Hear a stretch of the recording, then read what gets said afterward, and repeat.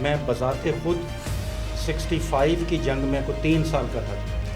फिर उसके थोड़े अरसे बाद 71 की जंग हुई। अचानक 24-25 मिराज तैयारे मेरे सर के ऊपर आके खड़े हो गए। ईंटों की जो होती है ना, उसको पकड़ के मैं रोता जा रहा हूँ। इतनी जहाज़ों की आवाज़ कि मुझे इतनी नहीं समझ आ रही कि मैं नीचे ही भाग जाऊँ। जो जिस नस्ल ने जंग नहीं देखी वो इस बात पे जोर देती है कि जंगें अच्छी चीज़ नहीं, लेकिन जो जंगें देख लेता है उसको ऐसे लगता है, ये नहीं ईगो कह लें, कि हमारा दिल करता है जंग हो और हम उसमें भाग दौड़ करें, हिस्सा लें। इसके जो नफ्सियाती मसाइल हैं वो लॉन्ग एक्टिंग है। यहाँ पे ना सिर्फ पाकिस्तानी बल्कि सोशल मीडिया भरा हुआ है, कह रहे हैं कि हम जो है वो नेस्ता नबूद कर देंगे, बल्कि इसराइलियों का भी यही रवैया है। वो भी ये कहते हैं कि हम ईरान को नेस्ता नबूद कर देंगे। अगले 100 साल आप उन चीज़ों को बनाने में लगा दो। अब दोनों मुल्क ईरान और इसराइल अब ये मज़हब की बेस पे आमने सामने आ गए। कल के बयानात में ट्रंप मुकाबले पर आ गए, आमने सामने आ गए। मेरे ख्याल के मुताबिक इस तरह ट्रंप की इज़्ज़त ख़राब होगी। चारों मुल्क, चाहे रूस है, चाहे अमेरिका है, चाहे चाइना है या और है, इनकी कामयाबी ये होती है कि ये जंगें करवा के असला बेचते कि ईरान या एटम बम बना चुका है, या चंद दिनों में बना लेगा या चंद महीनों में बना लेगा। और आज 2025 में वही फिक्रे रिपीट कर रहे हैं, जिस तरह के सदाम हुसैन को कहा गया कि इसने जी केमिकल वेपन्स बना लिए। बाद में बरतानिया ने माफ़ी मांग ली, लाखों लोग मर गए, और उसने कहा जी मुझे ये इतला जो थी वो अमेरिका ने दी थी। यानी ना तो कोई सॉरी करने वाला, ना कोई तलाफ़ी करने वाला, बल्कि आग को भड़काने वाले ज़्यादा लोग हैं।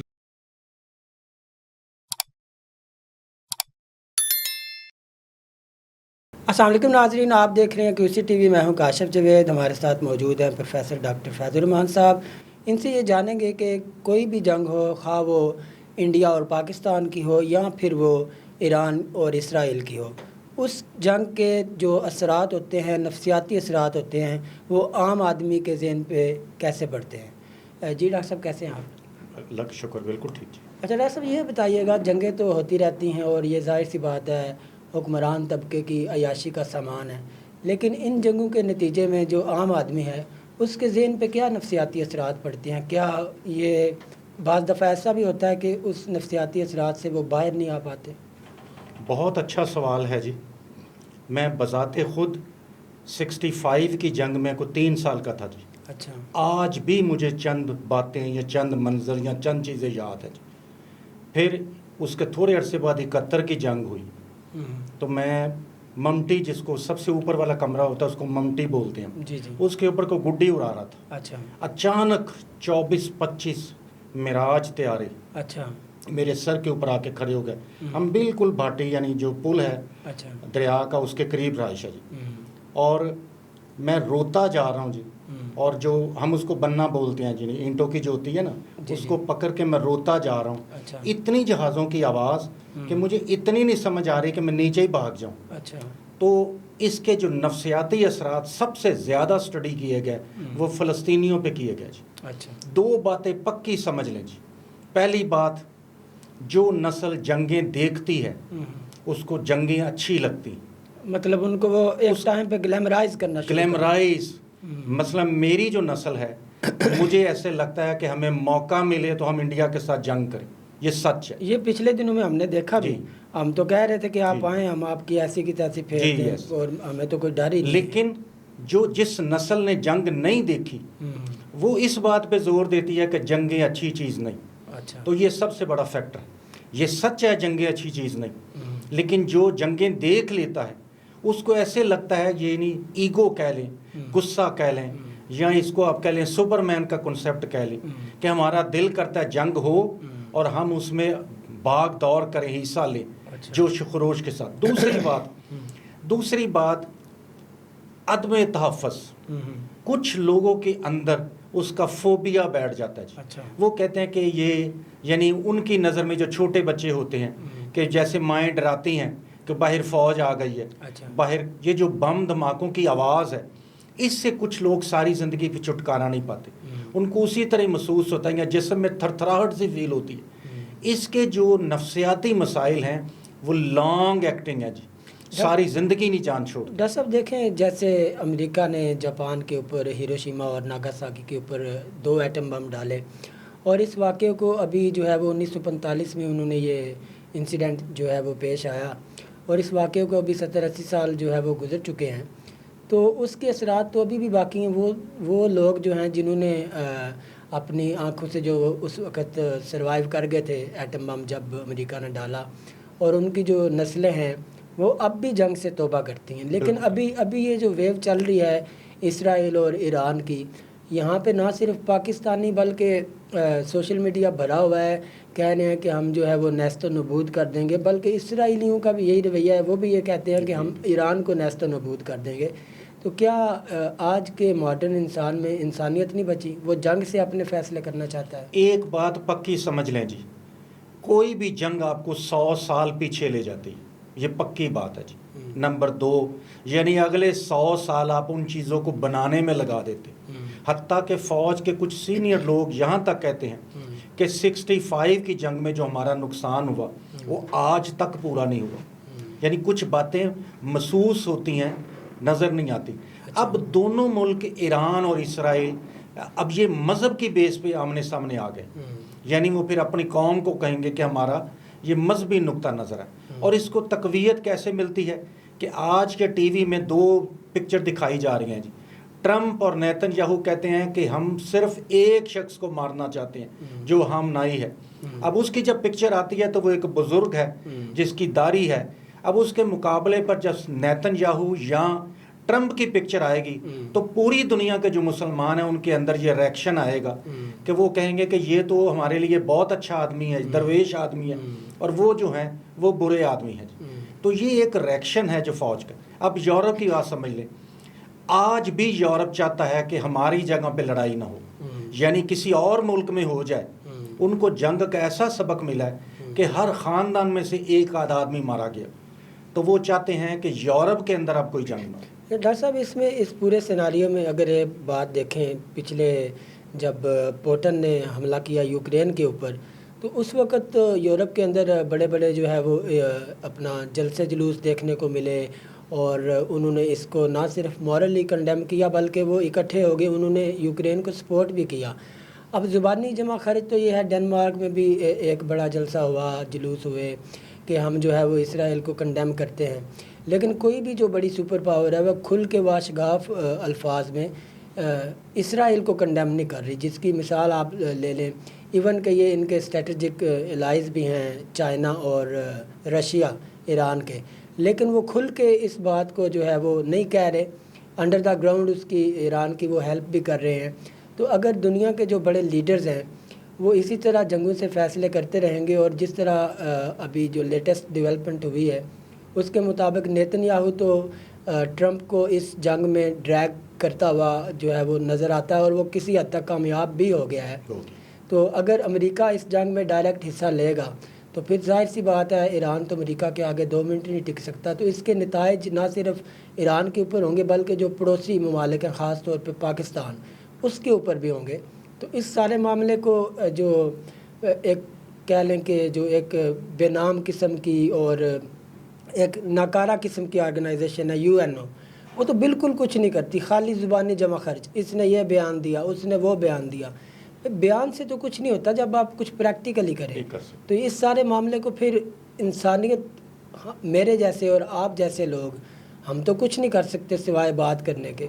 तो फिर इसका मतलब ये हुआ कि हमारा और हम जैसों का मुस्तकबिल इन इंटरनेशनल पॉलिटिशियंस की इरादों और मख्फी मनसूबाजात के ऊपर मबनी है। आप इसके ऊपर क्या कहेंगे? 2 बातें पक्की समझ लें जी। पहली बात, कल के बयानात में ट्रंप मुकाबले पर आ गया, आमने सामने आ गया। मेरे ख्याल के मुताबिक इस तरह ट्रंप की इज़्ज़त ख़राब होगी, अमेरिका की इज़्ज़त ख़राब होगी।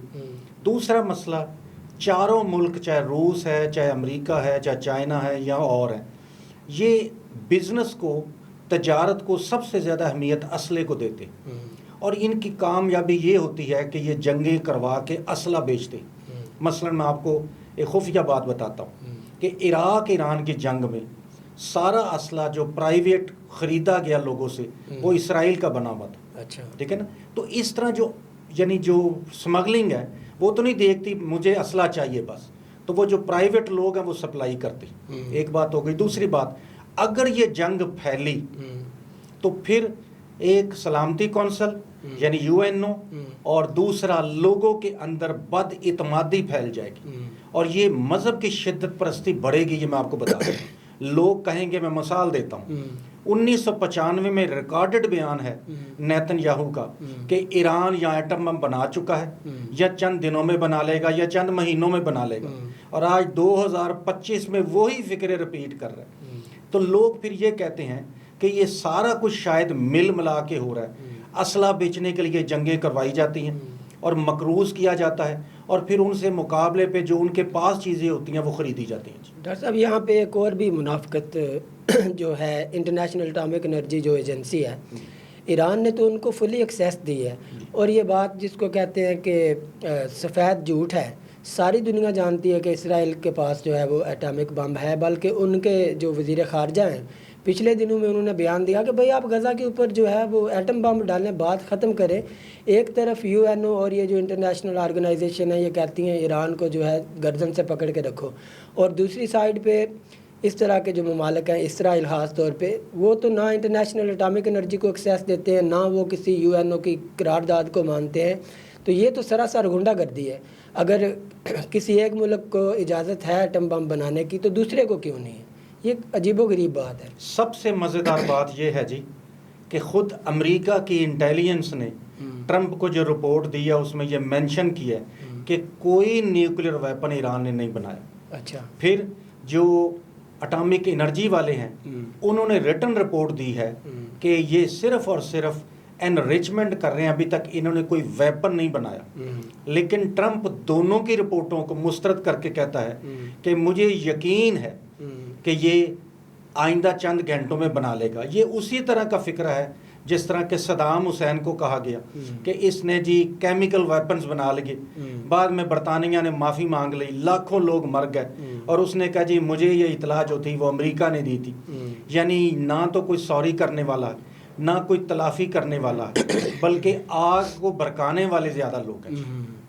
تو اس جنگ کا فی الحال تو جو ہے وہ ابھی جو ڈیولپمنٹ ہو رہی ہیں، لگ یہی رہا ہے کہ امریکہ اگر ڈائریکٹ اس میں انوالو نہ بھی ہوا تو پس پردہ تو وہ اسرائیل کی ہیلپ کر ہی رہا ہے. تو آنے والے دنوں میں شاید جو ہے وہ آیت اللہ خمینی صاحب کو بھی ٹارگٹ کیا جائے، تو جس کا بہت بڑا ریئیکشن آ سکتا ہے، کیونکہ جو اہل تشیع ہمارے جو بردر ہیں وہ یہ سمجھتے ہیں کہ یہ ان کے بہت بڑے امام ہیں. تو اس سے تو ایک نہ صرف ایک پراکسی وار اس خطے میں چھڑ جائے گی، بلکہ خود کا حملہ آور بھی جو ہیں ان کی تعداد بھی بڑھ سکتی ہے، کیونکہ وہ ان کے لیے ایک ولی اللہ کا ہی درجہ رکھتے ہیں. تو امریکہ کو میرے خیال سے اس اقدام سے باز ہی رہنا چاہیے، اور بہتر یہی ہے کہ اس کے ٹیبل ٹاک ہونے چاہیے اور مذاکرات کی بنیاد پہ اس کا کوئی نتیجہ نکالنا چاہیے.